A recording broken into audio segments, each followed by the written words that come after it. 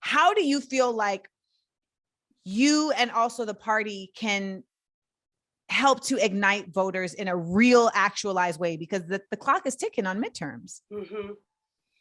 First of all, don't talk people out of their lived experience. Okay, so when you say, I wrote a bill or we passed a bill, and someone says, okay, but I'm still struggling. Right. You know, I haven't felt the impact of that. We should not talk people out of their experience.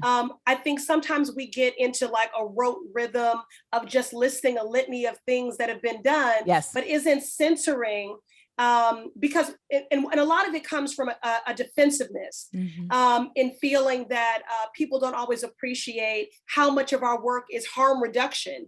They don't know the things we stop from happening, while also being at a parallel track of actively seeking to advance things. I'll just say that about myself. I'm doing both harm reduction, dismantling, and also, you know, seeking to advance things. I say policy is my love language because we've legislated hurt and harm. We can legislate equity. We can legislate healing, we can legislate justice. And that's what I seek to do, and do that in a way that's intersectional, because that's how we live. We don't live in big check boxes. Right. You know, all these things are connected. We live in intersectionality, complexity, nuance, right? Shout out to Kimberly Crenshaw. So we live in, we live in that intersectionality. And so I think there's a defensiveness that many elected officials feel in trying to make the case for like, no, I am trying, I am working. So they just start giving you like a resume. And people are like, okay, I hear that. Some of it I understand, some of it I don't, but regardless, I'm still struggling. And we have to center that, be real. Don't talk people out of their struggle. You can let them know you're fighting for them, but you need to actively listen. The other thing is we have to have a paradigm shift, a politics of transformation, not of transaction. One of the things that we do in our organization is what we call deep canvassing work. It's like really the work of deep democracy, which is we are canvassing and we are knocking doors year round, not just for an election cycle. And we're knocking doors not to say, are you going to vote for me or not? You know, we're engaged in conversation. We're asking, what are your needs? Are your basic needs being met?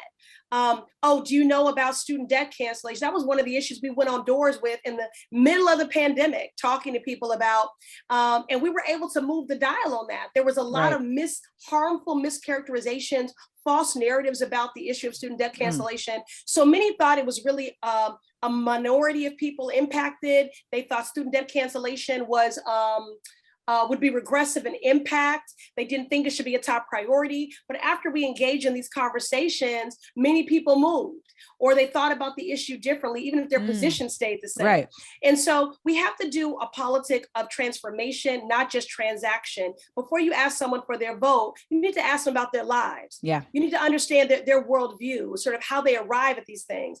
And the other thing is, I really believe in governing cooperatively. And so if you govern cooperatively, I always say the people closest to the pain should be closest to the power, driving and informing the policymaking. When you are developing legislation in partnership with those closest to the pain, then they feel that what you're doing is responsive. Right? Yes. So at the end of the day, people just need to feel the impact. When we had the child tax credit, people felt that impact. We had stimulus checks. People felt that impact. You could debate, is it enough? Could we use more? But they felt the impact. When we extended and expanded unemployment, during COVID relief packages, people felt that impact. So I think ultimately, in order for us to be successful, it's about doing the work of engagement, mobilization, and movement building all the time, not just for a cycle. It's advancing responsive, bold, transformative legislation that people feel the impact of. And we have to be willing to put our bodies on the line.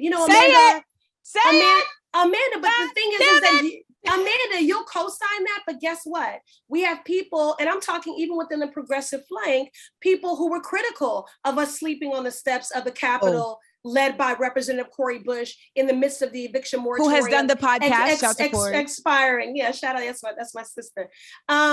We had people that were critical of us protesting and getting arrested or detained on the steps of the Supreme Court because the Supreme Court is extremist and far right, legislating from the bench, completely unprecedented, overturning the will of the people. And, abortion care is health care. reproductive justice, maternal justice. These are life and death issues. And so people were critical of that. But and they'll say it's performative and, it's attention seeking. And you know what, Amanda, if that's all we did, then maybe I'd hold some space for your cynicism. That can't be the only thing we do. Correct. Your city council, your state rep, your state senator, your mayor, they need to be legislating. They need to be codifying the value of your life in every budget. All of that needs to happen. And if they're not getting it done, you want to see them go down fighting. And that means using every single lever. I use every lever: the power of my letterhead, the power of my pen, the power of my platform, the power of the movement. You have to do all of it. This time demands activist leadership, and not just from BIPOC organizations who've been on the front lines and doing it. You should be demanding that from your elected officials too. That's how I feel.